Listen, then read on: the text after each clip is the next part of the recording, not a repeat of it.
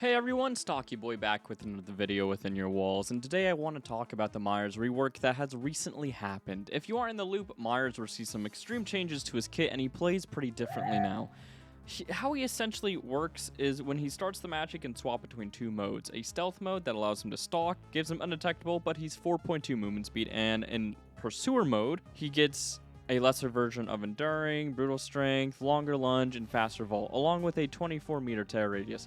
Finally, after stalking, he can enter Evil Incarnate mode, which gives him access to a one-shot lunge that can also break pallets and walls.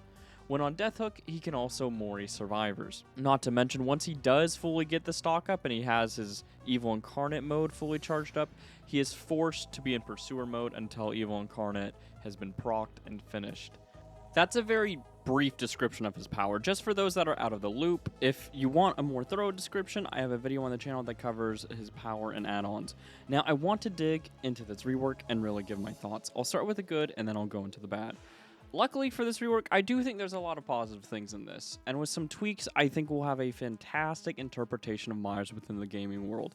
Swapping between whether to be stealthy or aggressive is a very cool decision that Myers has the option to make, because it is something Myers does within the film. He patiently waits and knows exactly when he's going to strike. This forces the player to learn the appropriate times to stalk, since you have to actually rotate between the two modes.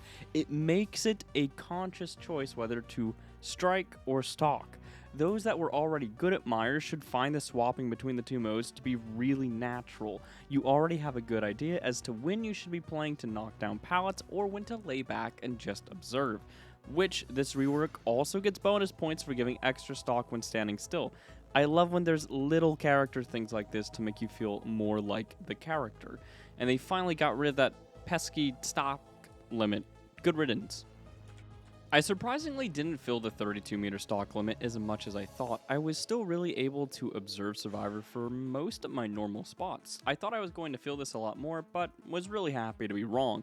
It still feels like an odd nerf to me, but well, you can use Boyfriend's Memo to bring your stock distance back up to 40 meters if you really want that.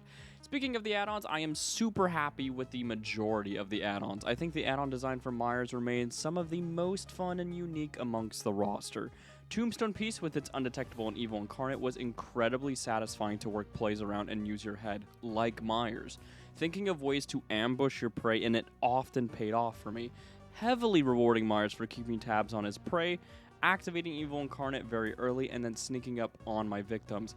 It was especially satisfying sneaking up on someone dead on hook, walk up right behind them, and just Mori them. It felt like I was reenacting the scene with Bob. It was incredible. Vanity Mirror and Lock of Hair is my favorite add-on combination in the game. I have been dying for Myers to have some sort of aura information in his kit, and while it's not in his base kit, I am happy that he has some way to make it a part of his kit that isn't just the mirror way of doing it. I like the insta-down aspect of Myers, so running the mirrors was never my favorite way to play the character.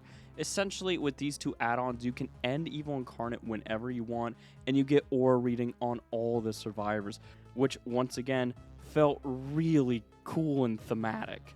Myers being the ultimate stalker and being able to plan my next move, sneaking up and ambushing survivors, especially survivors that had no idea I was there at all, and they were like right next to me, and then because I saw their aura, I was like, you're trying to stealth away. It was a ton of fun.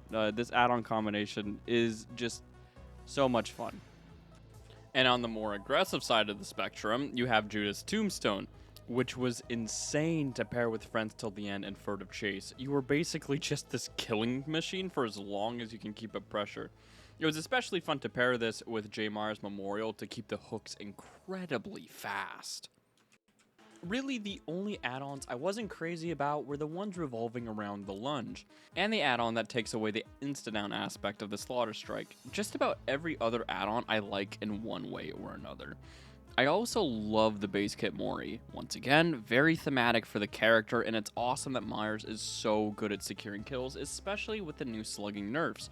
This is going to be huge for the character. If someone is on a pallet, or you're worried about a sabo, flashlight, whatever the case is, Myers doesn't care. He can secure the kill and move on. That's where I think the rework of Myers really shines through, are the add-ons. It helps add to the immersive vibes of the character a lot. I think there are parts of Michael's base kit that don't quite fit him, but I think there are some adjustments we can do to alleviate that. And like I said, there are parts of Michael's base kit, not his complete thing. I think the swapping between the Pursuer mode and the Stalker mode is great. What I'm mostly referring to is the Evil Incarnate mode. Let me start with the biggest issue. When activating Evil Incarnate, Myers slows down and has this really weird animation with him looking at his knife. It feels really clunky and awkward at first. Eventually I got used to it, but there was a big issue with this. You would have to activate it extremely early, and you can't catch anybody off guard with this because, like, you can't pop it in front of them because they're going to see it. You can't pop it hiding behind a corner because you have the 40-meter tear radius. The only way you can be sneaky with this ability is if you have Tombstone Piece or some kind of perk to hide your tear radius. Also, it just doesn't make sense for Michael to be looking at his weapon right now. He's hyper fixated on his prey. Why is he looking at his weapon before the chase has even truly started?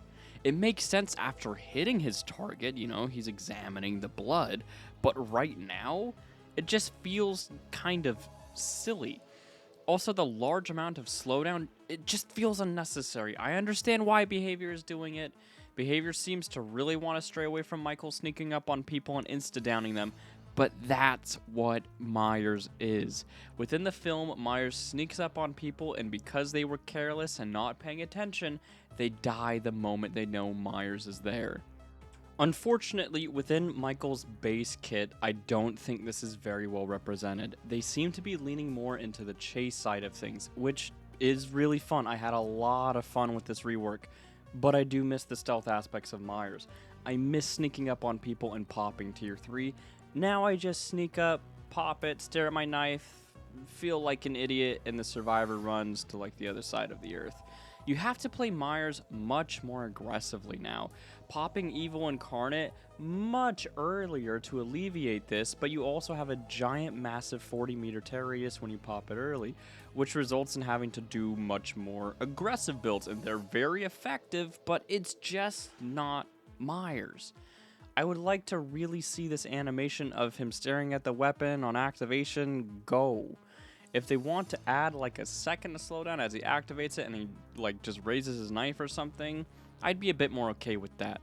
It really feels like he slows down for just a really long time, right? A big reason I feel the startup animation should go is survivors already get a plentiful amount of warnings that the shape has reached Evil Incarnate mode. And this slowdown animation is just excessive.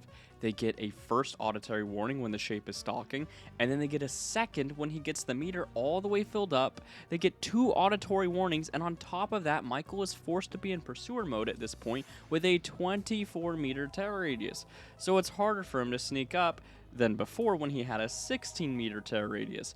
If he wants to have a smaller tear radius now, he needs to use a Monitor and Dead Rabbit to have a very puny one, which is an add-on and a perk commitment.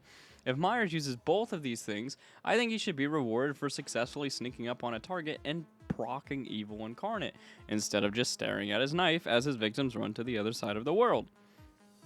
And I just want to reiterate, I had a lot of fun with these Myers changes. I think there's a lot of great updates to his kits, and even how he is now, I had so much fun.